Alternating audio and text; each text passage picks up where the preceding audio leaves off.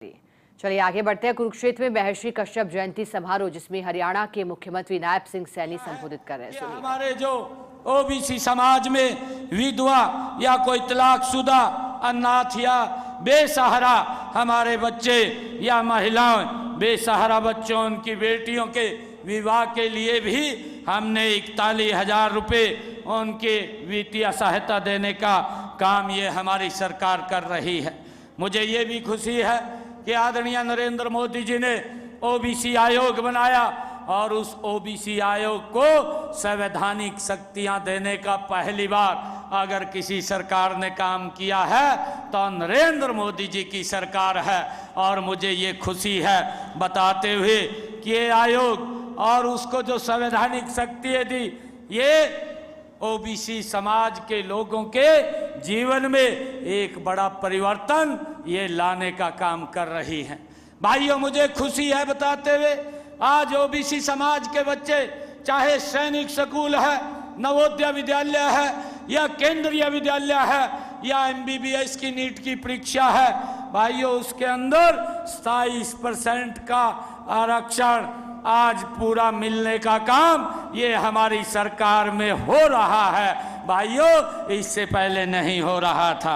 मुझे ये भी खुशी है कि हमने ओबीसी समाज के बच्चों के लिए अगर वो कोई इंडस्ट्री लगाना चाहते हैं, एक वेंचर कैपिटल फंड की भी आदरणीय मोदी जी ने व्यवस्था की है, जिससे कि वो इंडस्ट्री के अंदर भी जा सकते हैं, इंडस्ट्री भी लगा सकते हैं।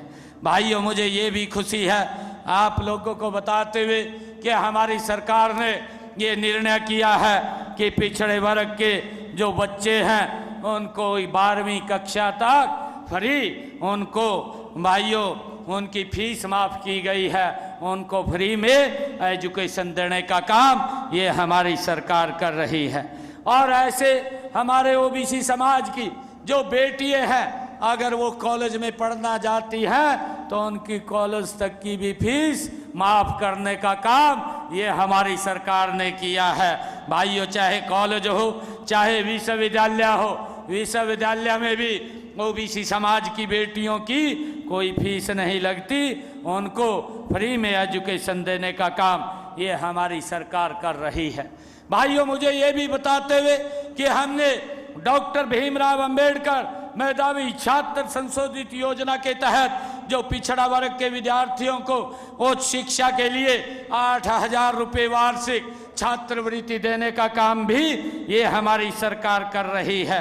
मुझे ये भी खुशी है कि पीएम यशस्वी योजना के तहत अन्य पिछड़े हमारे वर्ग के विद्यार्थियों को 20,000 रुपये तथा शैक्षणिक भत्ता और ट्यूशन फीस वो प्रदान की जाती है। इसकी व्यवस्था ये हमारी सरकार ने की है।